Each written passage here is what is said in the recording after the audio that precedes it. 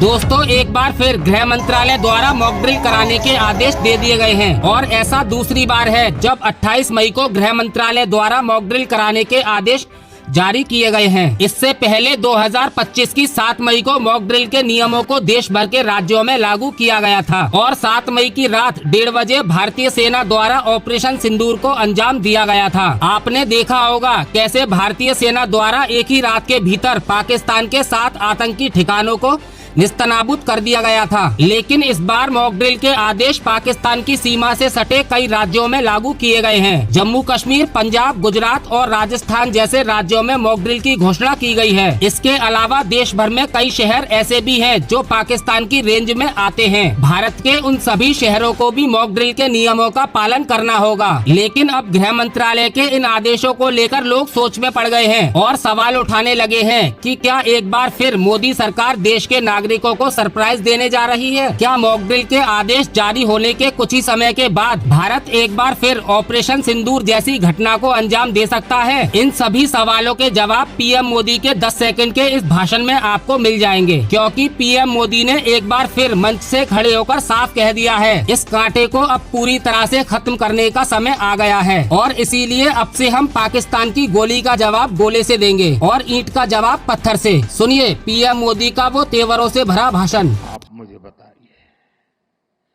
क्या ये अब सहना चाहिए?